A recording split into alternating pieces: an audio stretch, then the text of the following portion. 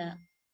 Ya, dan tadi juga dikatakan biasanya alamiahnya yang namanya buah itu jatuh tidak jauh dari pohonnya ya. Bagaimana orang tuanya gitu ya, bagaimana ayah bundanya, itu biasanya ilmu-ilmu dari ayah bunda suka terpengaruh nih ke anak-anak. Kalau orang tuanya dokter, biasanya dokter. Tapi memungkinkan juga ya anak-anaknya berprofesi yang lain dari orang tuanya, tapi alamiahnya ya seperti itu tadi. Nah, terus bagaimana nih Bunda? Kan tadi kita punya sudah membahas tentang visi misi keluarga ya, kemudian juga tadi sudah mengarah kepada target-target jangka pendek ya. Eh, di dalam Islam sendiri ada tidak metode-metode tertentu atau mungkin caranya harus seperti apa nih supaya tadinya visi misi keluarga tadi bisa terwujud ini? Pasti kan ayah bunda membutuhkan metode tersendiri gitunya. Bagaimana caranya ini, Bunda? Iya. Nah, ini kita fokuskan pembahasannya kepada metode, uslub, dan wasilah pendidikan ya. Nah, yang pertama dari sisi metodenya terlebih dahulu. Jadi metode itu apa?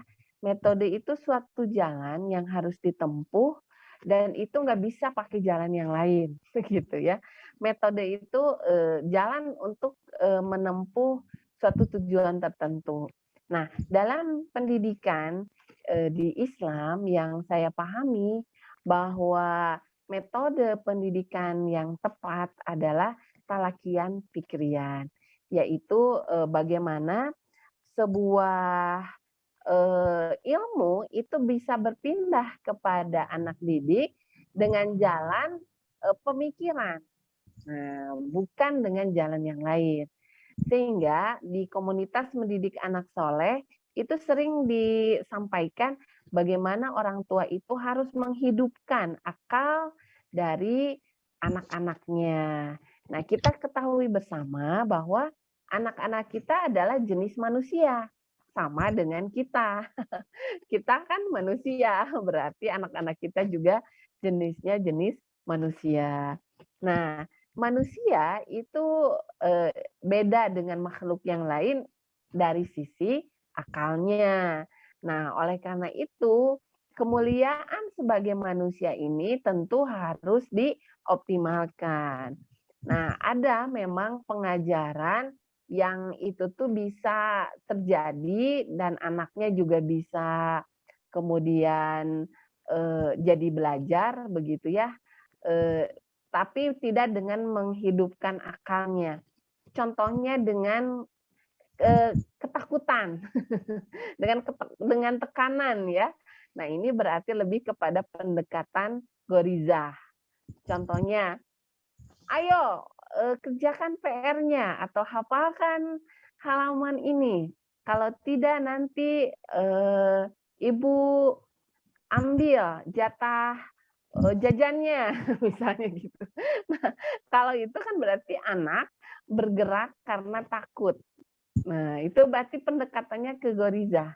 Lebih pendekatannya kepada naluri. Naluri dia, karena manusia itu cenderung punya rasa takut ya. Karena dia punya goriza bako, begitu. Apalagi yang mengancamnya itu orang yang berkuasa atas dirinya. Badannya lebih gede, ibunya maksudnya misalnya.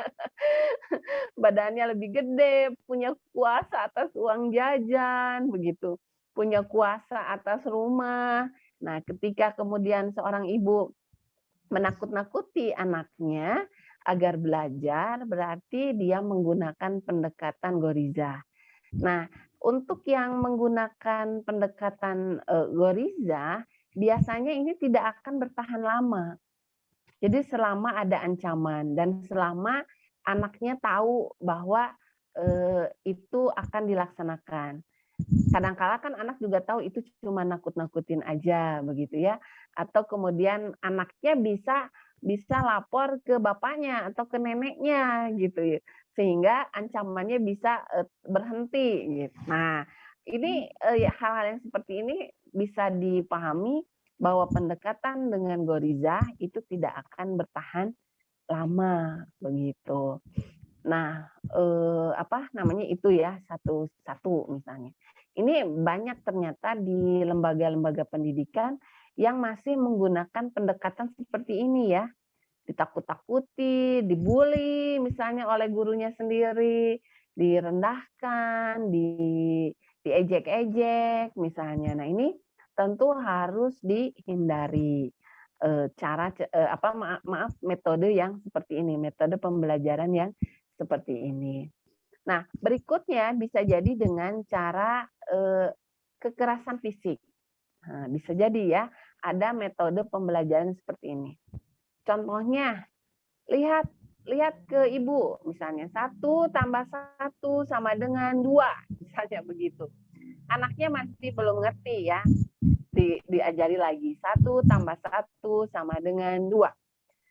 Anaknya masih belum mengerti, padahal ibunya yang nggak bisa ngajarin gitu ya. Nah, anaknya kemudian masih juga belum ngerti, itu bukannya dicari metode yang lain dalam mengajari, tapi masih metode yang sama diembel-embeli dengan gagang sapu misalnya. Kalau masih belum ngerti nanti dipukul misalnya begitu ya. Nah, ini pakai metode kekerasan. Biasanya dengan menggunakan metode kekerasan, ini juga sama. Anak itu tidak akan secara permanen untuk belajar dan malahan nanti banyak lupa-lupa terhadap pelajarannya karena dia sebenarnya tidak terlalu paham apa yang diajarkan. Nah, itu ya. Jadi bisa memang dengan metode pendekatannya itu dengan goriza, bisa dengan atau tadi naluri tadi ya ditakut-takuti atau bisa jadi di ini selain ditakut-takuti itu dipuji-puji gitu padahal tidak sesuai fakta misalnya. Itu kebalikannya tapi masih tetap berdasarkan goriza, berdasarkan naluri. Atau bisa jadi tadi dengan kekerasan. Kalau dengan kekerasan, maka yang terjadi seperti binatang kalau saya lihat ya, di dekat rumah saya ada pacuan kuda gitu. Nah, jadi si pelatih kudanya itu mengajari kuda agar mau dia itu berlari kencang dengan cara dipecut misalnya. Atau kemudian dengan cara ditarik lehernya, tarik kekangnya gitu. Nah, kalau kemudian ayah dan bunda orang tua masih menggunakan cara kekerasan, saya lihat ya sayang ya tidak teroptimalisasi kelebihan manusia dibandingkan dengan kelebihan tadi hewan itu tadi gitu. Nah, padahal yang harus dilakukan adalah menghidupkan akal, membuat kemudian pemikiran yang ada di benak guru itu juga bisa dipikirkan oleh anak didik. Nah, caranya bagaimana? Awalnya beri dulu maklumat-maklumat gitu ya. Talakian pikiran itu bagaimana kita memberikan terlebih dahulu maklumat-maklumat. Maklumat itu informasi-informasi awal kepada anak-anak kita, begitu, kepada anak didik. Nah, diberikan informasi-informasi awal.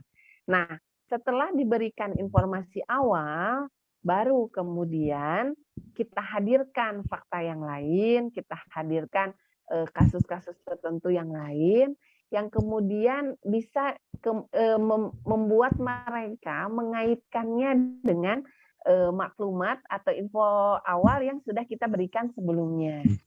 Nah, jadi ada proses berpikirnya gitu ya di dalam benak anak kita tersebut, bukan hanya semata-mata disuruh menghafal misalnya. Kalau disuruh menghafal tapi tidak dihadirkan fakta yang lain yang membuat mereka kemudian mengaitkan dengan hafalan mereka sebelumnya, maka tidak terjadi proses berpikir gitu. Cuma disuruh menghafal saja jadinya. Nah, beda dengan orang yang bisa mengaitkan apa yang kemudian fakta baru atau hal baru yang ada di hadapannya dikaitkan dengan apa yang sudah ada di otaknya sebelumnya, di informasi awal begitu. Nah, itu biasanya dia sudah bisa mengkreasikan gitu, mengkreasikan pemikirannya menjadi sebuah hasil pemikiran tertentu. Nah, oleh karena itu di zaman sekarang coba Ayah dan Bunda lihat orang-orang yang bertahan di dalam era pandemi misalnya atau di dalam kehidupan inilah pada umumnya adalah orang yang mampu mensolusikan permasalahan kehidupannya. Bukan semata-mata orang yang jago akademis. Jadi yang quotient zaman dulu mungkin zaman Ayah dan Bunda banyak diagung-agungkan kayak misalnya IQ ya, intelijensia quotient atau kemudian juga quotient lainnya gitu. Itu sekarang bisa dilihat tidak terlalu berpengaruh gitu ya. Selama tadi kemampuan problem solving-nya anak didik kita atau anak-anak kita itu tidak jalan. Saya juga temukan itu, mohon maaf, kalau saya di Unpad, tapi juga sering banyak berteman atau bergaul dengan teman-teman di ITB misalnya begitu ya. Ya adalah kenal beberapa. Nah di ITB itu antara yang masuk di angkatan awal dengan nanti angkatan akhirnya, maksudnya lulus wisudanya itu jauh bedanya begitu. Bisa jadi 50% atau 30%. Dan yang tersisa yang mampu selesai sampai wisuda itu kalau dilihat adalah orang-orang yang mampu menyelesaikan permasalahan kehidupannya. Karena kalau dari sisi IQ-nya, intelijensianya gitu, kemampuan akademiknya semuanya hebat-hebat, jago-jago anak-anak itu. Nah, tapi kenapa dia bisa sampai menyelesaikan sampai wisuda begitu? Itu dari sisi kemampuan dia menyelesaikan permasalahan kehidupan yang dia hadapi. Apakah permasalahan dengan dosennya, misalnya tuh ngejar-ngejar dosen waktu bimbingan skripsinya gitu ya, atau kemudian dari sisi permasalahan dengan teman-teman satu tim penelitiannya, atau kemudian lingkungan di kosan, lingkungan di kota Bandungnya misalnya yang berbeda dengan kondisi rumah mereka gitu ya dan lain-lain. Nah itu bisa dilihat dari bagaimana mereka mampu menyelesaikan permasalahan kehidupannya. Dan ini juga yang bisa kita lihat anak-anak yang bisa bertahan ya, survive mau di pesantren, mau di sekolah IT, mau di homeschooling dan dimanapun. Nah itu ya ketika dia mampu untuk menyelesaikan permasalahan-permasalahan kehidupannya, pada umumnya dia bertahan gitu ya di pilihan sekolahnya itu. Tapi kalau tidak terbiasa menyelesaikan permasalahan kehidupan, seringnya itu disuapi bukan makna denotasi ya, disuapi dalam makna konotasi selalu diselesaikan gitu permasalahan-permasalahan kehidupannya, banyak yang tidak bertahan gitu. Mau apapun pilihan jenis lembaga pendidikannya. Itu dari sisi metode. Nah, kemudian kita beranjak ke uslub ya. Uslub itu cara. Nah, kalau dari sisi cara itu sebenarnya lebih bisa dikembangkan ya kalau dari sisi cara. Itu mau metode mau cara visual, misalnya ada anak yang lebih senang dengan gambar-gambar ketika pembelajaran, ada anak yang senang dengan audio ketika pembelajaran, ada anak yang senang sambil bergerak, misalnya sambil berlari-lari sambil mengerjakan apa, atau di lapangan gitu ya, langsung di lapangan, nggak suka di kelas. Itu kan suatu pilihan cara saja ya, selama tidak melanggar adab-adab di dalam menuntut ilmu, sebenarnya tidak masalah. Nah, Namun juga harus ditanamkan kepada anak-anak kita ada adab tertentu di dalam Islam. Dan kapasitas seorang muslim pada umumnya minimal sekali itu bisa duduk manis. Nah, tapi kan itu fasenya kapan ya, ada fase-fasenya tentunya. Tidak bisa dipaksakan anak umur 2 tahun, 4 tahun harus duduk manis, ya tidak bisa. Namanya juga dia masih berkembang dari sisi mental dan fisiknya, sehingga baru bisa diajarkan adab dengan baik itu sebenarnya umur mumayyiz begitu, umur 6, umur 7, karena disitulah kemudian dia bisa diajari adab-adab. Nah, jadi ya jangan terlalu cepat-cepat juga ya. Ayah dan bunda menuntut anak-anak untuk senantiasa manis begitu ya, nggak rewel, nggak neko-neko, ya nggak bisa. Namanya juga manusia kan, punya keinginan, ada gorizanya, dia juga punya akal meskipun belum sempurna.